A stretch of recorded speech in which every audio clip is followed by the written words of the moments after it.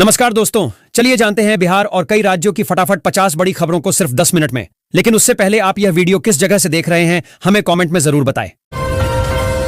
मध्य प्रदेश की राजधानी भोपाल में एक सनसनीखेज घटना ने पूरे पुलिस महकमे को हिलाकर रख दिया है। राज्य के इंटेलिजेंस विंग के पुलिस महानिरीक्षक आईजी डॉक्टर आशीष, जो एक वरिष्ठ आईपीएस अधिकारी हैं, लूट का शिकार हो गए।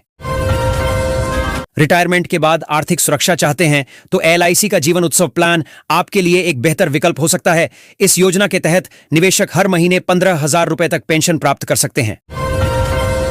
प्रधानमंत्री नरेंद्र मोदी को मिले खास उपहारों की ऑनलाइन नीलामी उनके जन्मदिन से शुरू हो चुकी है, जो 2 अक्टूबर तक चलने वाली है। इस डिजिटल नीलामी में 1300 से ज्यादा गिफ्ट्स शामिल हैं।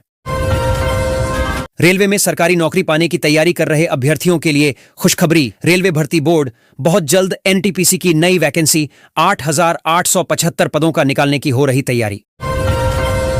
अमेरिका के विदेश मंत्री मार्को रूबियो ने कहा कि भारत अमेरिका का बहुत करीबी साझेदार है और राष्ट्रपति डोनाल्ड ट्रंप ने यूक्रेन युद्ध के लिए राष्ट्रपति व्लादिमीर पुतिन के खिलाफ उठाए गए कदमों के तहत रूसी तेल की खरीद को लेकर नई दिल्ली पर अतिरिक्त टैरिफ लगाए गए हैं। उत्तर प्रदेश अधीनस्थ सेवा चयन आयोग यूपीएसएसएससी की ओर से जूनियर एनालिस्ट फूड भर्ती परीक्षा का रिजल्ट जारी कर दिया गया है। जो उम्मीदवार इस भर्ती परीक्षा में शामिल हुए थे, अब वे आधिकारिक वेबसाइट पर जाकर अपना रिजल्ट देख और डाउनलोड कर सकते हैं। दिल्ली उच्च न्यायालय ने बुधवार 24 सितंबर को एक बहुत ही अहम फैसला सुनाया है। दिल्ली हाई कोर्ट ने तिहाड़ जेल में पार्लियामेंट हमला के दोषी अफजल गुरु और Jammu Kashmir liberation front JKLF के संस्थापक मकबूल भट्ट की कब्रें हटाने की याचिका खारिज कर दी।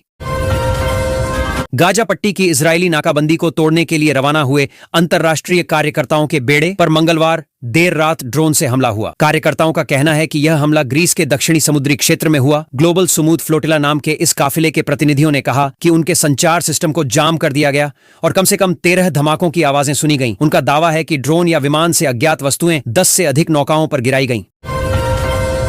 बिहार चुनाव में इस बार प्रशांत किशोर अपनी पार्टी जनसुराज के साथ मैदान में है। चुनावी रणनीतिकार से नेता बने प्रशांत किशोर इससे पहले लंबे समय तक बीजेपी और पीएम नरेंद्र मोदी के साथ काम कर चुके हैं। उन्होंने कई बड़ी पार्टियों जेडीयू, टीएमसी, वाईएसआर कांग्रेस वगैरह के लिए चुनावी रणनीति तैयार की है। पीके अपनी पर्सनल लाइफ के बारे में ज्यादा कुछ बात नहीं करते हैं, लेकिन उनकी लव स्टोरी काफी दिलचस्प है। पीके अपनी सफलता का क्रेडिट भी पत्नी को देते हैं। प्रशांत किशोर की पत्नी जाह्नवी दास पेशे से डॉक्टर हैं और मूल रूप से असम की रहने वाली हैं। पीके ने अपने एक इंटरव्यू में बताया था कि जाह्नवी से उनकी मुलाकात तब हुई थी जब वह यूएन में काम करते थे। संयुक्त राष्ट्र के एक हेल्थ प्रोग्राम में दोनों मिले और शुरुआती बातचीत सिर्फ काम के सिलसिले में हुई थी। उत्तर प्रदेश में मेधावी छात्राओं के लिए बड़ी खुशखबरी है। मुख्यमंत्री योगी आदित्यनाथ की सरकार रानी लक्ष्मीबाई स्कूटी योजना के तहत पहले चरण में 45,000 छात्राओं को मुफ्त स्कूटी देने की तैयारी कर रही है।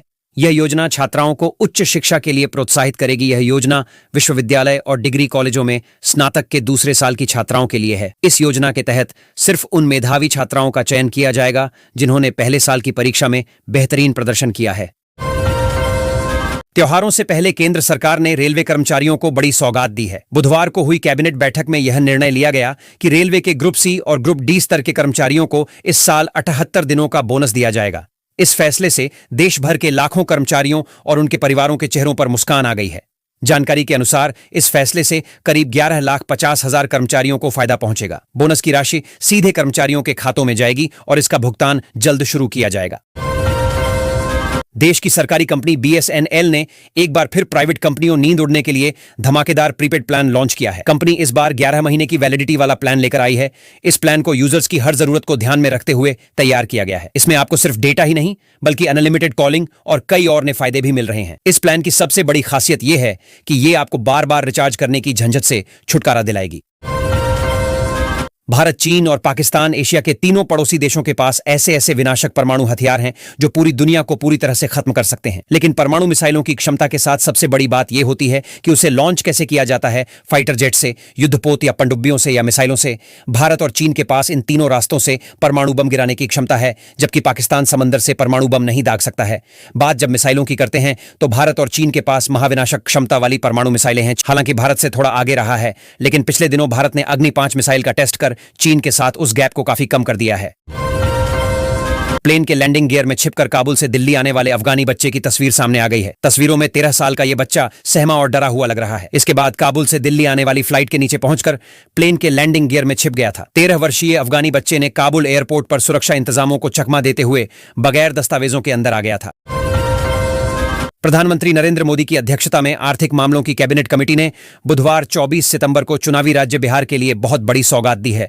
इसके साथ ही बैठक में कई बड़े फैसलों को मंजूरी दी गई, जिसमें लाखों रेलवे कर्मचारियों के लिए प्रोडक्टिविटी बेस्ड बोनस की मंजूरी भी शामिल। केंद्रीय माध्यमिक शिक्षा बोर्ड यानी सीबीएसई ने 10वीं और 12वीं की 2026 में होने वाली बोर्ड परीक्षा की टेंटेटिव डेट शीट जारी कर दी है। डेट शीट के मुताबिक 17 फरवरी से 15 जुलाई 2026 के बीच बोर्ड परीक्षाएं कराई जा सकती हैं। आरबीआई के लिए आगामी मौद्रिक नीति में रेपो रेट में 25 आधार अंकों की कटौती करना उचित और तर्कसंगत होगा, क्योंकि अगले वित्त वर्ष में भी खुदरा मुद्रास्फीति के नरम बने रहने की उम्मीद। मुख्यमंत्री भगवंत सिंह मान की अगुवाई में पंजाब कैबिनेट ने राज्य की अर्थव्यवस्था को तेज विकास की दिशा में ले जाने और कारोबार को बढ़ावा देने के लिए आज कई अहम पहलकदमियों को मंजूरी दी। प्रवर्तन निदेशालय ने पूर्वोत्तर सीमांत रेलवे के धन की हेराफेरी के संबंध में अभियोजन शुरू किया है। साथ ही इस केस में 1 करोड़ 5 लाख रुपये की संपत्ति कुर्क की गई है। प्रवर्तन निदेशालय गुवाहाटी क्षेत्रीय कार्यालय ने पूर्वोत्तर सीमांत रेलवे के तत्कालीन वरिष्ठ अनुभाग अधिकारी संजय चक्रवर्ती और 2 अन्य के खिलाफ अभियोजन शुरू किया। उत्तर प्रदेश की योगी सरकार छात्र छात्राओं के भविष्य और उनके हितों को सर्वोच्च प्राथमिकता दे रही है। बेहतर शिक्षा माहौल देने के साथ साथ आर्थिक सहायता के रूप में छात्रवृत्ति प्रदान कर उन्हें आत्मनिर्भर बनाने का कार्य लगातार जारी। बिहार की राजधानी पटना आने वाले दिनों में एक नए दौर में प्रवेश करने जा रही है। पटना मेट्रो रेल परियोजना का पहला चरण शुरू होने जा रहा। लंबे इंतजार के बाद इस महीने के अंत तक